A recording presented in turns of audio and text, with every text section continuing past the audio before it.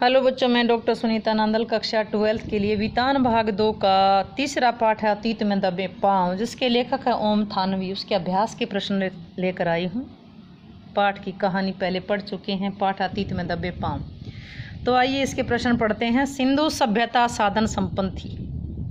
सिंधु सभ्यता में बहुत सारे साधन थे, पर उसमें भव्यता का आडंबर नहीं था। भव्यता होता सुंदरता का, दिखावा नहीं था। कैसे भाई, सारी चीज़ें थी, सारे साधन थे, लेकिन दिखावा नहीं था, सुंदरता का दिखावा नहीं था। कैसे? सिंधु सभ्यता का नगर सुनियोजित था, पानी की व्यवस्था अच्छी थी, सड़कें चौड़ी थी, छोटी थी, किंतु सभ्यता के लोगों का मुख्य काम खेती करना था। इन्हें तांबे कांसे का पता था। यही खुदाई में मिले कांसे के बर्तन, चाक पर बने विशाल मिट्टी के बर्तनों पर की गई चित्रकारी, चौपट सार की गोटियाँ, कंघी, तांबे का दर्पण, मन के मणियों का हार जो रंगे गए थे, सोने के आभूषण भी सिद्ध करते हैं कि सिंधु साधन घाटी जो सिंधु सभ्यता थी वो साधन संपन्न थी। ये लोग यहाँ से निर्यात करते थे, बाहर से ऊन के वस्त्र आयात करते थे, अपने यहाँ से सूत के वस्त्र निर्यात करते थे। यातायात के लिए बैलगाड़ियों का प्रयोग करते थे। उनके भंडार हमेशा अनाज से भरे रहते थे। गेहूँ, ज्वार, बाजरा, कपास उनकी मुख्य फसलें थीं।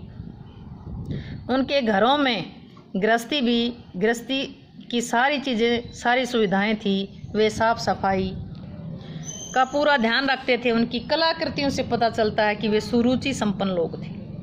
उन्हें सौंदर्य बोध का समुचित ज्ञान था। उनकी कला संस्कृति राजपोषित धर्मपोषित ना होकर के कैसी थी? समाज पोषित थी।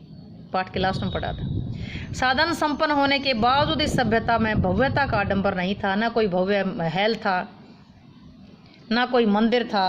यहाँ तक कि राजा और महंतों की जो समाधियाँ थी वो भी यहाँ नहीं थी। यहाँ की मूर्ति शिल्प औजार छोटे थे, मकान भी छोटे थे, कमरे भी छोटे थे, राजा का मुकुट भी छोटा था, नाव भी छोटी थी। किसी भी दृश्य से सभ्यता में दिखावे का एहसास नहीं होता। इसलिए कहना सर्वथा उचित है कि सिंधु घाटी की सभ्यता साधन संपन्न थी, लेकिन उसमें भव्यता का आडंबर नहीं था। आइए दूसरा प्रश्न देखते हैं कि सिंधु सभ्यता की खूबी उसका सौंदर्य बोध है, जो राजपोषित धर्मपोषित ना होकर के समाज पोषित है। ऐसा क्यों कहा गया? उस काल के मनुष्यों की दैनिक प्रयोग की वस्तुओं को देखकर ऐसा लगता है कि सिंधु घाटी के लोग कला प्रिय थे, वास्तुकला में निपुण थे। वहाँ पर धातु और मिट्टी की मूर्तियाँ मिली, चाक पर बने बर्तन मिले जिन पर चित्र बने हुए हैं, वनस्पति, पशु पक्षियों की छवियाँ, मोहरे, खिलौने, आभूषण, केश विन्यास, तांबे का बर्तन, कंघी, सुगढ़ लिपि भी प्राप्त हुई। ये सब उपलब्धियाँ इस सभ्यता में सौंदर्य बोध को प्रमाणित करते हैं। यहाँ भव्य मंदिर, स्मारकों आदि के अवशेष नहीं मिले। ऐसा कोई चित्र मूर्ति नहीं मिली जिस पर पता चले कि लोग प्रभुत्व या आडंबर प्रिय हों। यहाँ से प्राप्त सौंदर्य बोध जन सामान्य से जुड़ा प्रतीत होता है। लगता है कि कला संस्कृति को राजा और धर्म का कोई प्रश्रय नहीं मिला। इसलिए कहना समीचीन होगा कि सिंधु सभ्यता का सौंदर्य बोध राजपोषित धर्मपोषित ना होकर के समाज पोषित था। समझ आया? आगे बढ़ते हैं। पुरातत्व के किन चिन्हों के आधार पर कह सकते हैं कि सिंधु सभ्यता ताकत से शासित होने की अपेक्षा समझ से अनुशासित सभ्यता थी? ताकत का मतलब वहाँ कोई हथियार नहीं मिला। ताकत किससे? भाई जो ऐसे कोई भी सबूत नहीं मिला कि वहाँ ताकत के आधार पर अनुशासन स्थापित किया गया। मोहनजोदड़ो के अजायब घर में जिन वस्तुओं कलाकृतियों का प्रदर्शन किया गया था उनमें औजार तो हैं, लेकिन हथियार नहीं हैं। आश्चर्य की बात यह कि मोहनजोदड़ो हड़प्पा से लेकर के हरियाणा तक संपूर्ण सिंधु सभ्यता में किसी भी जगह हथियार के अवशेष नहीं मिले। इसलिए पता चलता है कि यहाँ कोई राजतंत्र नहीं था, बल्कि समाजतंत्र था। यदि सभ्यता में शक्ति का कोई केंद्र होता तो उस चीज के चित्र अवश्य मिलते। इस सभ्यता के नरेश का मुकुट भी छोटा मिला। राजमहल, मंदिर, समाधि कोई चिन्ह नहीं मिले। इससे स्वतः स्पष्ट होता है कि सभ्यता का सत्ता का कोई केंद्र नहीं था। ये सभ्यता स्वतंत्र अनुशासित थी, ताकत के बल पर नहीं। इसलिए पुरातत्ववेत्ताओं का विचार है कि शायद इस सभ्यता में कोई सैन्य सत्ता ना हो। यहाँ के लोग अपनी सोच समझ के अनुसार अनुशासित हों।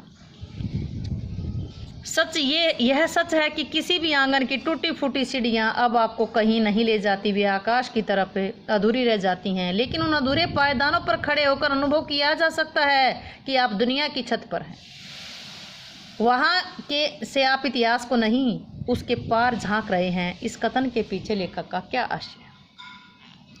पुरातत्ववेताओं से का विचार है कि मोहनजोदड़ो की सभ्यता 5000 साल पुरानी है, जबकि हमारे पास लिपिबद्ध इतिहास 4वीं शताब्दी ईस्वी पूर्व से उपलब्ध हो जाता है। इससे पता चलता है कि सिंधु सभ्यता वर्तमान इतिहास के काल से दुगने काल की है। मोहनजोदड़ो की खुदाई में मिली टूटी फूटी सीढ़ियों पर पैर रखकर हम किसी छत पर नहीं पहुंच सकते, परंतु जब हम इन सीढ़ियों पर पैर रखते हैं तो हमें गर्व होता है कि हमारी सभ्यता उस समय सुसंस्कृत तथा उन्नत सभ्यता थी, जबकि शेष संसार में उन्नति का सूर्य भी प्रकट नहीं हुआ था। इस सभ्यता के विकास में एक लंबा समय लगा होगा। मोहनजोदड़ो की वास्तुकला आज के सुनियोजित नगरों के लिए आदर्श नमूना है। यदि आज के महानगरों में चौड़ी सड़कें हों तो आज यातायात में कोई रुकावट नहीं आएगी। उन लोगों की सोच कितनी उत्तम थी। उनके घरों के दरवाजे मुख्य सड़कों पर नहीं खुलते थे, बल्कि आज सब कुछ रोड पर खुलता है, सड़कों पर खुलते हैं, अंदर नहीं। तो यही अंतर है आज की और उस समय की सभ्यता। टूटे फूटे खंडहर समाज और संस्कृति के इतिहास के साथ धड़कती जिंदगियों के अनछुए समयों का भी दस्तावेज होते हैं। इस कथन का भाव स्पष्ट कीजिए, फिर पढ़िएगा। टूटे फूटे खंडहर सभ्यता और संस्कृति के इतिहास के साथ साथ धड़कती जिंदगियों के अनछुए समयों का भी दस्तावेज होते हैं। मोहनजोदड़ो और हड़प्पा के टूटे फूटे खंडरों को देखने के बाद हमारे मन में एक भाव उत्पन्न होता है कि आज से 5000 साल पहले हमारे पूर्वजों की सभ्यता कितनी विकसित थी, कितनी साधन संपन्न थी। ये खंडहर हमें सिंधु घाटी सभ्यता तथा संस्कृति से परिचित कराते हैं। हमारे मन में विचार उत्पन्न होता है कि हम लोग उन्हीं लोगों की संतान है जो यहाँ रहते थे। हम किसी न किसी प्रकार से सभ्यता से जुड़े हैं। ये हमारे ही पूर्वजों के घर हैं, परंतु हमारा दुर्भाग्य है कि आज केवल दर्शक बनकर रह गए हैं। इन खंडहरों को देखकर हम ये कल्पना कर सकते हैं कि यहाँ हजारों साल पहले कितनी चहल पहल रही होगी, लोगों के मन में कितनी सुख शांति रही होगी। काश हम भी उनके पद चिन्हों का अनुसरण कर पाते। ये खंडहर हमारे उस प्राचीन सभ्यता के प्रमाण हैं जिन्हें हम कभी नहीं भुला पाएंगे। अगला प्रश्न देखते हैं। इस पाठ में एक ऐसे स्थान का वर्णन है जिसे बहुत कम लोगों ने देखा होगा, परंतु इससे आपके मन में उस नगर की एक तस्वीर बनती है। किसी एक ऐसे ऐतिहासिक स्थल जिसको आपने नज़दीक से देखा हो, उसका वर्णन अपने शब्दों में कीजिए। इस पाठ में मोहनजोदड़ो के अवशेषों का चित्रात्मक वर्णन किया गया। हमारी आंखों के सामने चित्र सा प्रस्तुत होता है। भले ही हमने इस स्थान को ना देखा हो, पाठ पढ़ने से वहाँ के मकान, बौद्ध स्तूप, चौड़ी सड़क, नालियाँ, गलियाँ, चित्रकारी, कलाकारी आदि के चित्र हमारी आंखों के सामने झूल जाते हैं। मोहनजोदड़ो की सभ्यता संसार की सर्वाधिक विकसित सभ्यता कही जा सकती है। कुछ महीने पहले हमारे विद्यालय के शिक्षकों ने दिल्ली के ऐतिहासिक स्थानों का घूमने का कार्यक्रम बनाया। मैंने भी इसमें हिस्सा लिया। इतिहास का विद्यार्थी होने के कारण मैं ऐतिहासिक स्थल देखने की अधिक रुचि रखता था। इस क्रम में सबसे पहले लाल किला गए। इस पाठ को पढ़ने के लिए मैं लाल किले के बारे में दोबारा याद करना चाहूँगा कि यह हमारे देश का प्रसिद्ध ऐतिहासिक स्थल है। मुगल बादशाह शाहजहां ने इस किले का निर्माण करवाया था। इसकी भव्यता दूर से ही व्यक्ति को अपनी ओर आकर्षित करती है। यमुना नदी के किनारे बने इस लाल किले में लाल पत्थरों का प्रयोग किया गया है। मुख्य द्वार की शोभा अत्यधिक आकर्षक है। इसी द्वार की छत पर हमारे प्रधानमंत्री स्वतंत्रता दिवस पर झंडा फहराते हैं। किले में अनेक महल बने हुए हैं। संगमरमर का प्रयोग किया गया है। शाहजहां के काल में महलों की दीवारों पर सोने की नक्काशी की गई थी। दीवाने आम, दीवाने खास को देखकर दर्शकों की आंखें भौचक्की हो जाती हैं। परंतु लाल किले की भव्यता लिए हुए है। ये राजशक्ति का प्रमाण है, किसी राजा ने बनवाया था। इसके मुकाबले सिंधु घाटी की सभ्यता राजपोषित ना होकर के धर्म पोषित राजपोषित ना होकर के समाज पोषित है। इसलिए मन में कभी कभी ख्याल आता है कि शाहजहां ने तत्कालीन जनता का कितना शोषण किया होगा, कितने अत्याचार किए। नदी, कुएं, स्नानागार और बेजोड़ निकासी व्यवस्था को देखते हुए लेखक पाठकों से प्रश्न करता है कि क्या हम सिंधु घाटी सभ्यता को जल संस्कृति कह सकते हैं? आपका जवाब पक्ष में है या विपक्ष में है, तर्क दीजिए। मोहनजोदड़ो सिंधु सभ्यता के समीप बसा था। नगर में लगभग 700 कुएं थे। प्रत्येक घर में स्नानागार, जल निकासी की व्यवस्था थी। अतः लेखक द्वारा सिंधु घाटी सभ्यता को जल संस्कृति कहना बिल्कुल ठीक है। इस संदर्भ में कुछ सबूत मिले, प्रमाण दिए जा सकते हैं। आज भी संसार में बड़े बड़े नगर तटों के किनारे बसे हुए हैं। मोहनजोदड़ो के पास भी सिंधु नदी थी। पानी के लिए नगर में लगभग 700 कुओं की व्यवस्था थी। प्रत्येक घर में स्नानागार था। जल निकासी की व्यवस्था इतनी अच्छी थी कि आज भी विकसित नगरों में ऐसी व्यवस्था उपलब्ध नहीं है। प्रत्येक नाली पक्की ईंटों से बनी थी, ईंटों से ढकी थी। आज के नगरों में, कस्बों में बदबू छोड़ती नालियां, गंदे नाले देखे जा सकते हैं। यहाँ के मकान छोटे थे, कमरे भी छोटे छोटे थे, ताकि अधिक से अधिक लोगों को आवासीय सुविधा प्राप्त हो सके। मोहनजोदड़ो में जल की समुचित व्यवस्था को देखकर ये कहा जा सकता है सिंधु घाटी सभ्यता जल संस्कृति का श्रेष्ठ उदाहरण है।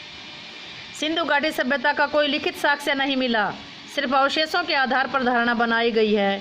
इस लेख में मोहनजोदड़ो के बारे में जो धारणा व्यक्त की गई है, आपके मन में इससे कोई भिन्न धारणा या भाव भी पैदा होता है, इन संभावना पर कक्षा में समूह चर्चा करें।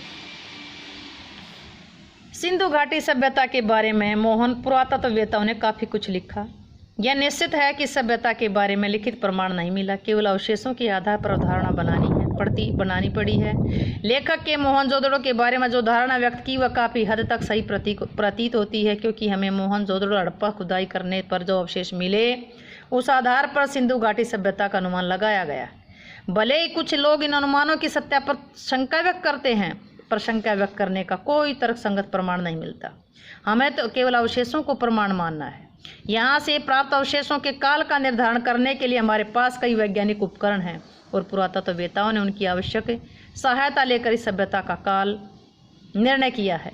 जहाँ तक आलोचकों का प्रश्न है, वे अपने अनेक तर्क दे करके अपनी विभिन्न धारणाएं व्यक्त कर सकते हैं। तो ये थे अतीत में दबे पांव के अभ्यास के प्रश्नोत्तर। उम्मीद है कि आपको समझ आए होंगे। वीडियो को लाइक करें, शेयर करें, चैनल को सब्सक्राइब करना ना भूलें।